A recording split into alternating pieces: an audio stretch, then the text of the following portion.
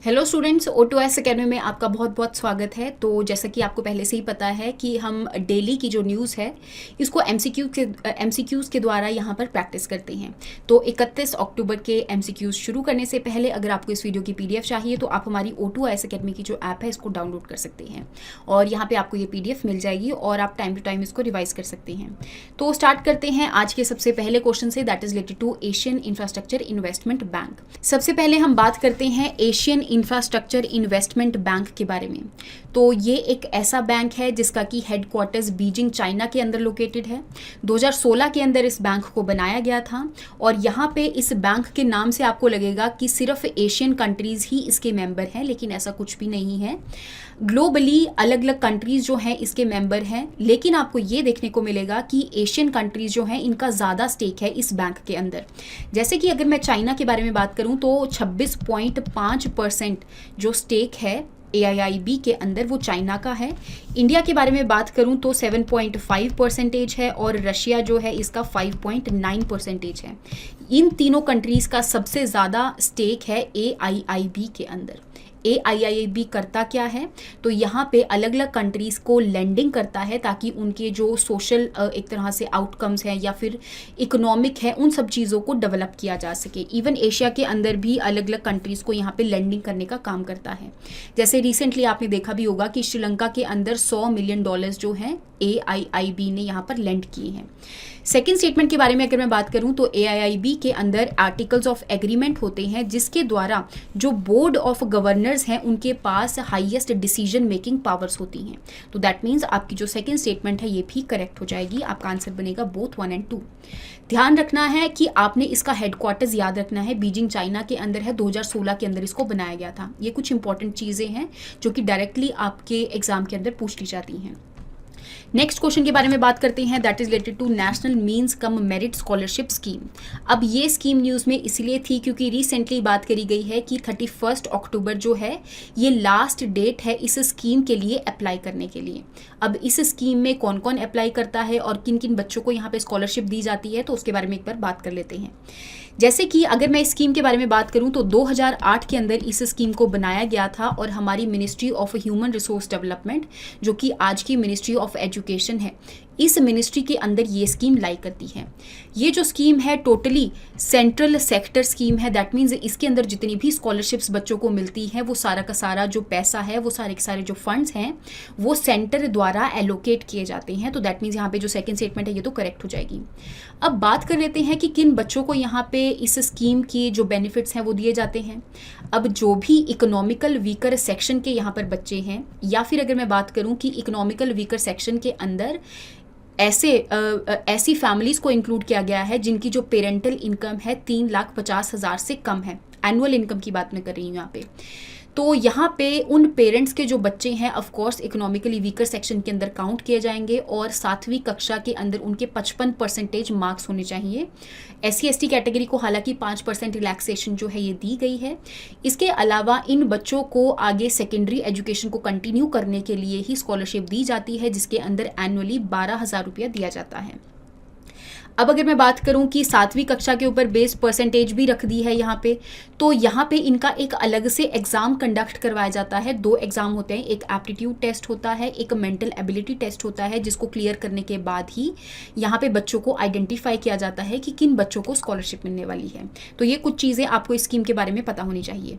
Next question के बारे में बात कर लेते हैं, that is related to RBI Act and Coinage Act. अब ये न्यूज़ में किस लिए था, तो जैसे कि आपने देखा होगा कि जो अरविंद केजरीवाल जी हैं उन्होंने बात करी है कि जो इंडियन करेंसी है उसके ऊपर हम हिंदू डीटीज जो हैं जैसे कि लक्ष्मी हो गए, गणेश हो गए, तो इनकी जो तस्वीर है इन नोट्स के ऊपर प्रिंट कर सकते हैं। तो यहाँ पे बात आ जाती है कि कौन जो है इंडियन करेंसी को प्रिंट करता है, कौन जो है वो कॉइन्स को मिंट करता है, तो उसके बारे में बात आ जाती है। इवन आपने देखा भी होगा कि इंडियन एक्सप्रेस के अंदर एक्सप्लेन्ड सेक्शन में एक आर्टिकल आया था इसके रिगार्डिंग। तो बात कर लेते हैं। तो आपका जो RBI एक्ट है 1934 का, इस एक्ट के अंदर 2 इंपॉर्टेंट सेक्शन हैं। एक तो सेक्शन 22 बहुत ज़्यादा इंपॉर्टेंट है और दूसरा सेक्शन 25। तो अगर मैं 22 सेक्शन के बारे में यहाँ पे बात करूँ तो सोल अथॉरिटी नोट्स प्रिंट करने के लिए RBI को दी गई है। ये हमारे सेक्शन 22 ऑफ RBI एक्ट 1934 के अंदर बात करी गई है। अगर मैं दूसरे सेक्शन के बारे में यहाँ पे बात करूँ, that is a section 25 of RBI act, और इस सेक्शन में बात करी गई है कि जो भी आपने करेंसी के ऊपर जो भी चीज़ें प्रिंट वगैरह करनी है उसका जो अप्रूवल है वो गवर्नमेंट ऑफ इंडिया से लेना पड़ेगा। तो दैट मीन्स आपकी जो फर्स्ट स्टेटमेंट है ये तो होगी करेक्ट कि बैंक नोट्स की जो सोल राइट होते हैं इशू करने के वो आरबीआई के पास होते हैं।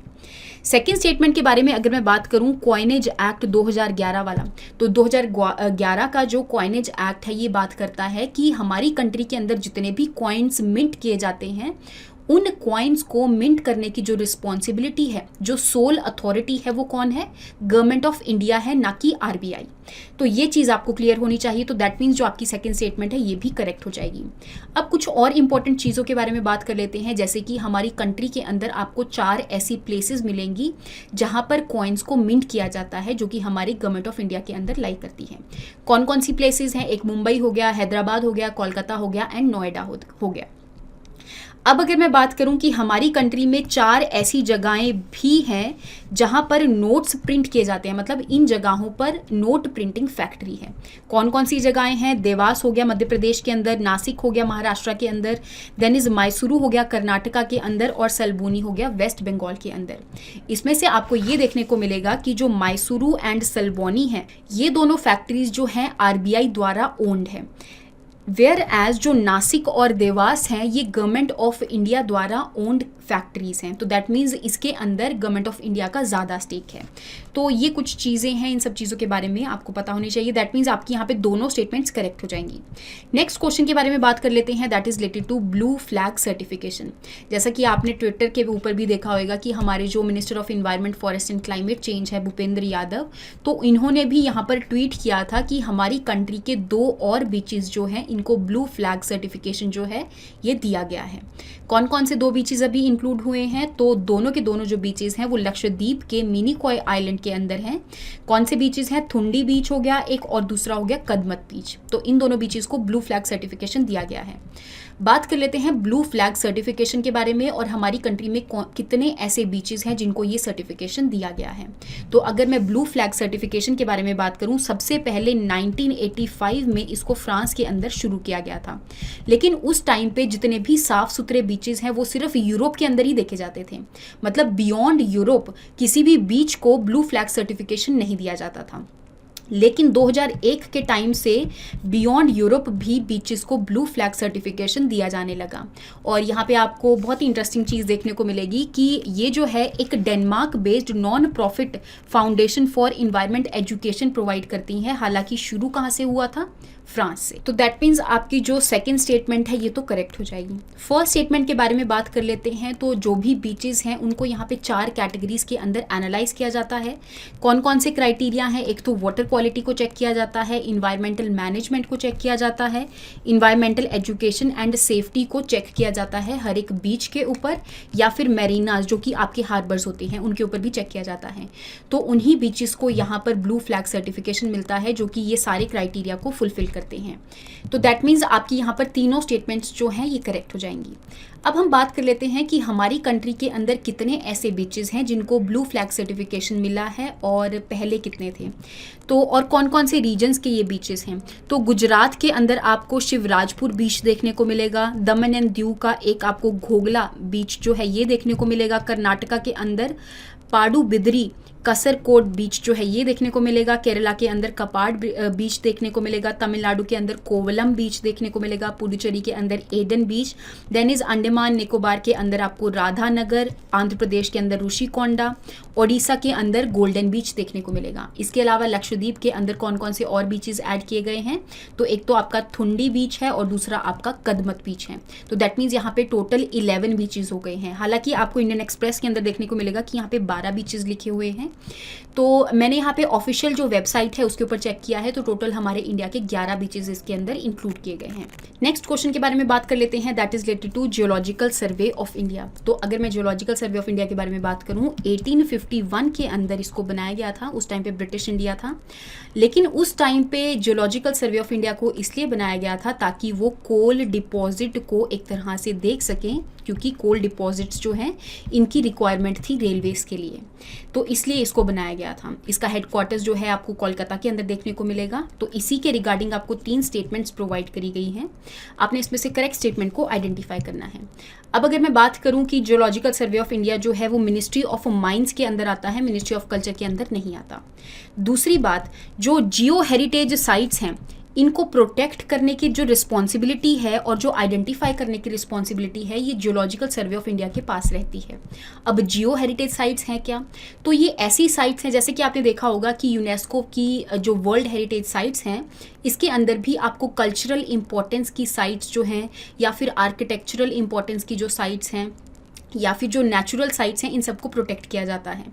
इन द सेम वे जो जियो हेरिटेज साइट्स हैं ये ऐसी साइट्स हैं जहाँ पे पुराने आपको ऐसे स्टोन्स वगैरह देखने को मिलेंगे, जैसे कि अभी रिसेंटली हिमाचल प्रदेश के अंदर जो शिवालिक फॉसिल पार्क है उसको भी जियो हेरिटेज की साइट की लिस्ट के अंदर इंक्लूड किया गया है। इसके साथ एक और साइट को इंक्लूड किया गया है जो कि सिक्किम की साइट है, दैट इज लाइमस्टोन ऑफ बक्सा फॉर्मेशन। तो रिसेंटली इन दोनों साइट्स को जियो हेरिटेज साइट्स की लिस्ट के अंदर इंक्लूड किया गया है और अभी टोटल हमारी जो जियो हेरिटेज साइट्स हैं ये टोटल 34 हो गई हैं। इसके बारे में भी आपको पता होने चाहिए। तो that means ministry of culture वाला गलत हो जाएगा और आपका आंसर बनेगा सी, ऑप्शन 1 और 3। नेक्स्ट क्वेश्चन के बारे में बात कर लेते हैं, that is related to Bachan Singh case of 1980। तो this is related to what. तो अगर मैं बात करूं न्यूज़ के बारे में तो हर दिन आपको देखने को मिलेगा कि द हिंदू या फिर इंडियन एक्सप्रेस के अंदर एडिटोरियल्स आए रहते हैं डेथ पेनल्टी के ऊपर या फिर कैपिटल पनिशमेंट के ऊपर। तो जो Bachan Singh case of 1980 versus state of Punjab case है that is related to death penalty. तो उस टाइम पे जब ये केस आया था तो ये केस बात कर रहा था कि क्या जो डेथ पेनल्टी दी जाती है क्रिमिनल्स को, क्या ये उनके फंडामेंटल राइट्स को वायलेट नहीं करता, आर्टिकल 21 को वायलेट नहीं करता। तो यहाँ पे उस टाइम पे ये बोला गया था कि अगर कोई भी क्राइम होता है तो रूल होना चाहिए लाइफ इम्प्रिजनमेंट। अगर जैसे कोई भी क्राइम किया है तो आपने अगर मैक्सिमम पनिशमेंट देनी है तो उसके लिए लाइफ इम्प्रिजनमेंट जो है वो एक तरह से रूल होना चाहिए। यहाँ पे जो डेथ पेनल्टी दी जा रही है ये एक्सेप्शन होनी चाहिए, और एक्सेप्शन किस टाइम पे होनी चाहिए, या तो rarest of the rare case हो या फिर कोई ऐसा क्राइम हो जो कि बहुत ज़्यादा हीनस क्राइम है, तो उस टाइम पे ही डेथ पेनल्टी दी जाएगी। तो उसके रिगार्डिंग ही ये जो केस है ये आया था। तो दैट मीन्स ये जो केस है that is related to death penalty. Next question के बारे में बात कर लेते हैं, that is related to National Rural Employment Guarantee Act 2005। तो एमजी नरेगा या फिर नरेगा एक्ट 2005 के बारे में अगर मैं बात करूं तो हालांकि इस एक्ट को पार्लियामेंट ने 2005 के अंदर पास किया था, लेकिन स्टार्टिंग जो है इस एक्ट की 1991 में हुई थी, जिस टाइम पे इंडियन नेशनल कांग्रेस की सरकार थी और यहाँ पे पीवी नरसिम्हा राव जी जो हैं ये प्राइम मिनिस्टर थे। तो उस टाइम पे इस एक्ट को फर्स्ट प्रपोज किया गया था और ये एक्ट जो है राइट टू वर्क की बात करता है। दैट मीन्स यहाँ पे 1 साल के अंदर 100 दिन की गारंटीड एम्प्लॉयमेंट जो है वो बेनिफिशियरीज को दी जाएगी। तो ये जो एक्ट है इसके अंदर जो भी एम्प्लॉयमेंट मिलती है और लोगों को किस जगह पे काम पे लगाना है, तो दैट इज इसके लिए जो रिस्पॉन्सिबिलिटी है वो ग्राम पंचायत को दी गई है। तो दैट मीन्स आपकी यहाँ पे जो दोनों स्टेटमेंट्स हैं ये करेक्ट हो जाएंगी। नेक्स्ट क्वेश्चन के बारे में बात कर लेते हैं, that is related to Human Genome Project. Human Genome Project के बारे में अगर मैं बात करूँ 1990s के टाइम पे या फिर 1988 के टाइम पे इसको शुरू किया गया था और 2003 के टाइम पे ये जो प्रोजेक्ट है इसके अंदर 90% ह्यूमन जीनोम की सीक्वेंसिंग कर ली गई थी।